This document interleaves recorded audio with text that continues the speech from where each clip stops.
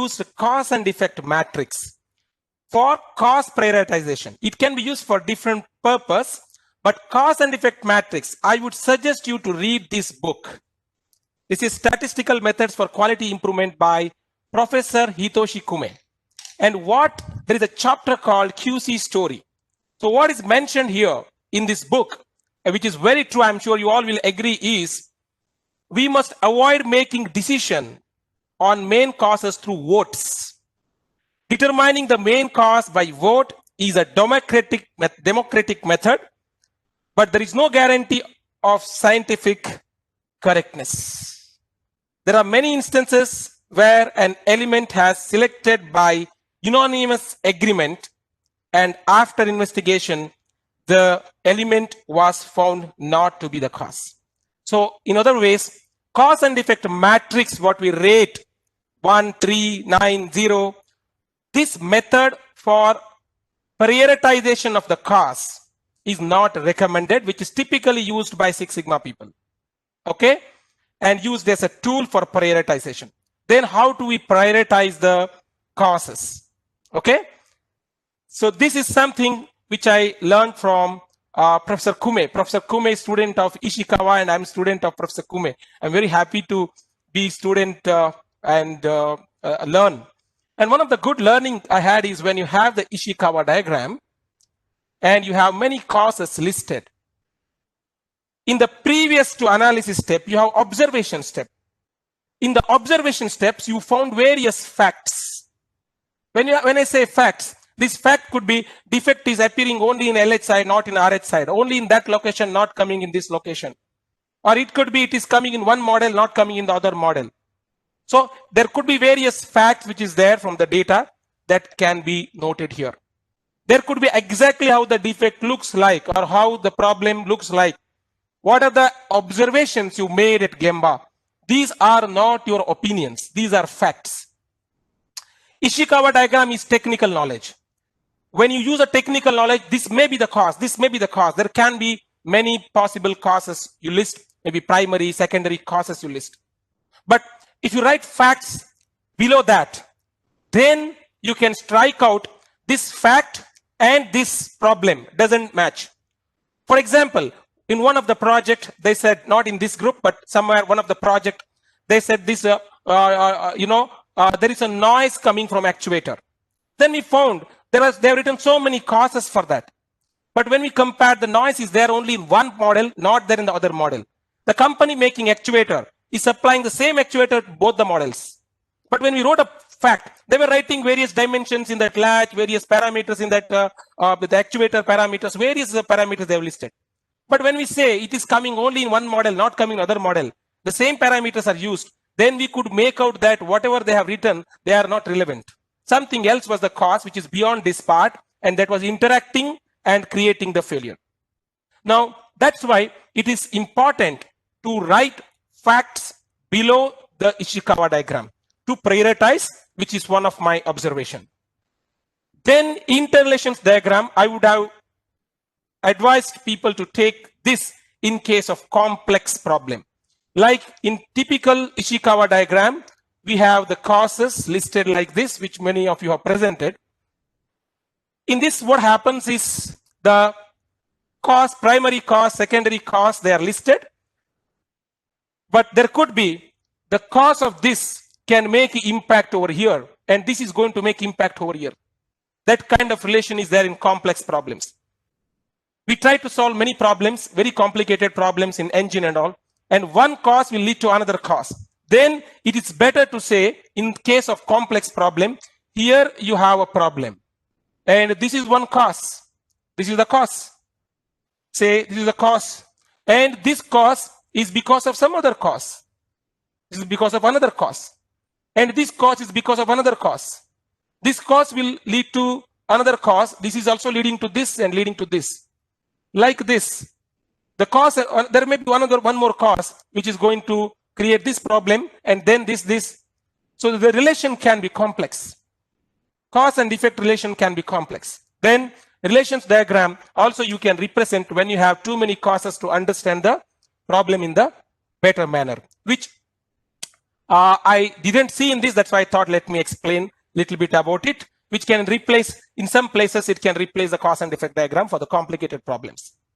Then gauge aranda study, many people have presented. Gauge aranda study also many people have not done. That means there are several people who directly went for SPC and some people did gauge aranda and then went to SPC. One of the important aspect is measurement must be consistent and it must be accurate and precise. That means your bias linearity study and your gauge aranda. But when we do gauge aranda, there are several errors. One is like comparing only with the total variation. It's also important to compare with tolerance, total variation, and then make an inference. Or there may be error. I have seen some people doing gauge R&R, just automated gauge. There is no difference between appraiser to appraiser because it's automated like weighing scale.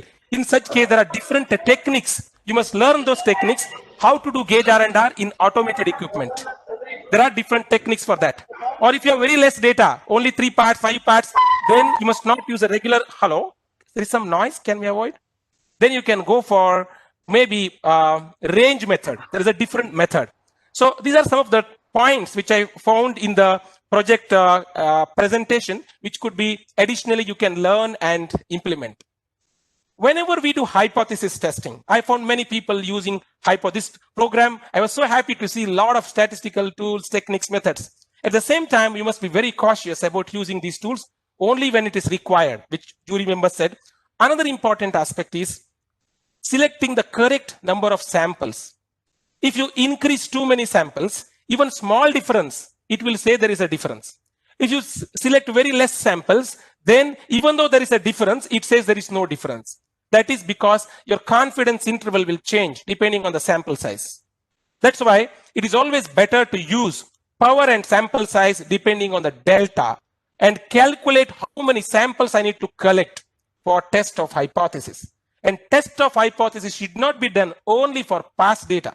It should be done for experimental purpose. Means you have to plan, execute, and then analyze. That is important. And learn practical meaning of that p-value. Otherwise, only p low null go, you won't understand what is that p-value. You can learn that in detail. How, what are the errors in this entire analysis? Because if you see what Dr. Deming says is, you can use any tool as long as you know limitations of it. That's what Dr. Deming said. You can use any tool as long as you know limitations of it. Every tool has got its advantages and limitations. Like the way Pareto was used in 20th century, the way Pareto to be used in 21st century, there is a big change. But very little people know about it. They still only use the basic Pareto, or they also may not use sometime that. Right? Then coming to design of experiments. This program, I could see so many people using classical design of experiments, full factorial, fractional factorial, okay, or Taguchi. Very good to see, and it's really, I was so happy to see such a wonderful work and saving crores of rupees, not just small improvement. Now, this gives validation for all of us to use this technique more and more so that we can optimize our processes. But while doing design of experiments, planning is important. That means if you are doing an experiment, what are the factors which you are going to experiment? They are experimental factors. But there are some factors. They are called control factors or must be okay factors. For example, if the nozzle is not clean during the experimentation, then it may create defect. But that is not the thing to be experimented. That is known to us. Then, but I need to write that and make sure that it is clean before I do the experimentation. Now, all those must be okay factors need to be listed and then confirm that before you do the experimentation. This kind of checklist to be prepared, confirm they are okay, and then only design of experiment should be done. Otherwise, these factors which you have not experimented, but those things may come anywhere in between the experimentation and may confusing results be there. That's why it is important to understand this blocking, randomization, replication, and then of course, experimental factor, control factor, noise factor. So you have done very good experiment in terms of design of experiments. So there is still scope to do it better in terms of planning or experimentation. Then when you complete a project, it's important to compare what is the result. At the same time, that is why, what is the X parameter? That means we are showing this is the result we achieved, but we identified and validated some X. What is the condition of that X before, after? Each X, X1 is valid. That was before and now. X2 is valid before and now. And then see what is Y. That means compare all of that before and after. Each member visiting Gemba, if somebody goes to Gemba and says everything is fine, send him again. Ask him to find more and more observations. That is important because some problems can be solved by Gemba observation. That's very powerful tool. So don't underestimate, even though it's very simple thing. So we have to go, stand there, observe there, write down all the observations with respect to standards or SOPs or preventive maintenance plans or operator method of doing everything we need to write down. There are wonderful, even I wonder sometimes the defect is passed to the customer. Why can't they do inspection? When third party can detect it, why can't they detect? And there is so much scope to do correct method of inspection. If you go and stand the way they are doing inspection, there are so many observations you can do and do the inspection process better. That's why visiting Gemba is important. And how to remove cause and effect diagram, this I explained. Another important point is lesson learned. What did we learn from this project technically? Technically, what did we learn? Okay. For example, if the part has fallen down from the trolley, there's a simple problem. This part has fallen down from the trolley. Now, you had something support next time so that it doesn't fall down. Why it fell down? You say while moving, part was shaking or there was up and operator was moving the trolley up and part fell down. If that's the problem, then you corrected the design by doing this. Now don't stop there. What is a lesson learned and technical know-how? Lesson learned is when lesson learned is based on the cause and problem. So what was the cause? When you move the trolley upwards or downwards, that time the part can fall down and create damage. It can get damaged. Cause and problem. There's a lesson learned. Technical know-how is to avoid that there can be this new method of design can be considered. That's a lesson learned. Every action that you have taken, how can you learn the lesson? How you can standardize and update your new product development so that this becomes part of your new trolley design checklist. And make sure that while designing the next trolley, this learning is there and you update your system. Otherwise, we commit the same mistake and again we try to do the improvement. That's important from every project, various causes. What was the cause? What is the action? What is the technical lesson learned?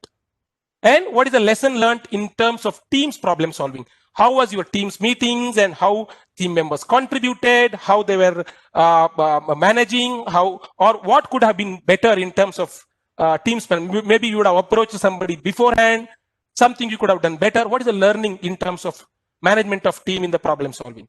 And lastly, what is the learning in terms of tools and techniques that you have used? All these things can be learning, and I'm sure that this entire event has brought a lot of learning among all the people who are connected. Then lastly, the knowledge should give us joy. It says, Vidya dadati vinayam. True knowledge brings humility. Vinayadhyati patratam. Now, it means from humility, we get worthiness, right? Patratvad dhanam apnoti. That means from worthiness, one gets wealth. And dhana dharma tata sukham. Use the wealth for good deeds. From that, we get joy. So we acquire knowledge, and true knowledge should not give ego. It should make us more humble and become more worthy. And then we are able to add more value. Then automatically, when we are able to add more value, the returns that we also get out of that, because we can contribute more and make bigger improvement. That's why one of the big gift all of you can give to yourself is to work on improving your own capability. If we can improve our own capability, then we can contribute more. And that is one of the biggest gifts that you can give to yourself and also to the nation. So finally, conclusions: learn from each other.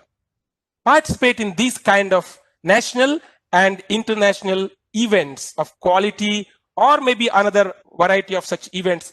And purpose is to learn, not just to win. And never stop doing improvement. If you have won, very good. If you're not won, you have participated, you have learned a lot of things, and you can still do much better project. Okay, it's not that winning is not the only goal in the competition, because the marks, very close marks are there, and you people, all of you have done wonderful work. You are already winners in your company. That's why you are there. And congratulations to all participants and winners for taking